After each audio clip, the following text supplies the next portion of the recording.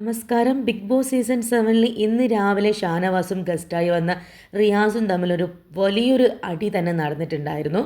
ഈ ഒരു അടി നടന്നത് അക്ബറിനും ജിസേലിനും വേണ്ടിയിട്ടാണെന്ന് ഞാൻ പറഞ്ഞാൽ എത്ര പേരത് വിശ്വസിക്കും? കാരണമുണ്ട്.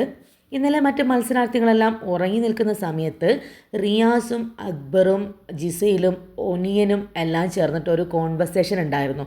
ആ സമയത്ത് മുഖ്യ വിഷയം ഷാനവാസായിരുന്നു. ഷാനവാസിൻ്റെ ദേഷ്യം, അക്ബറുമായുള്ള തർക്കത്തിനിടെ ജിസയിലിനെ തള്ളിയിട്ടത് ഒക്കെയായിരുന്നു വിഷയം.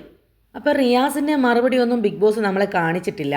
ഒന്നുറപ്പാണ്, ഇന്നത്തെ തർക്കം റിയാസ് മനഃപൂർവ്വം ക്രിയേറ്റ് ചെയ്തതാണ്. അതുകൊണ്ട് തന്നെയാണ് ഞാൻ ആരുടെയും അടിമയല്ല, എനിക്ക് ശമ്പളം തരുന്നത് ഗസ്റ്റ് അല്ല, അതുകൊണ്ട് സമയത്തിന് മുമ്പ് ഡ്യൂട്ടി ചെയ്യാൻ എനിക്ക് പറ്റില്ല എന്നതിൻ്റെ മുഖത്തു നോക്കി വളരെ ശക്തമായി ഷാനവാസിന് പറയാൻ കഴിഞ്ഞത്.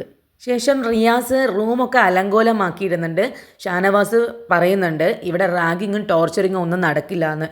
ഇതേപോലെ റിയാസ് ഇന്നലെയും ആരിനെയും ഇട്ട് റൂമൊക്കെ അലങ്കോലമാക്കി ഇട്ടിട്ടുണ്ടായിരുന്നു. ഷാനവാസിനിട്ട പണി ആയതുകൊണ്ട് തന്നെ നിവിനും റിയാസിൻ്റെ തോളോടൊപ്പം ചേർന്ന് ഈ ഒരു തറപ്പണിക്ക് കൂട്ടുനിൽക്കുന്നുണ്ട്. മറ്റുള്ളവരുടെ സംസാരം കേട്ട് സ്റ്റാഫുകളോട് മോശമായി പെരുമാറാനുള്ളതല്ല ഗസ്റ്റ് എന്ന് ശക്തമായി തന്നെ ഷാനവാസ് തിരിച്ചടിക്കുന്നുണ്ട്.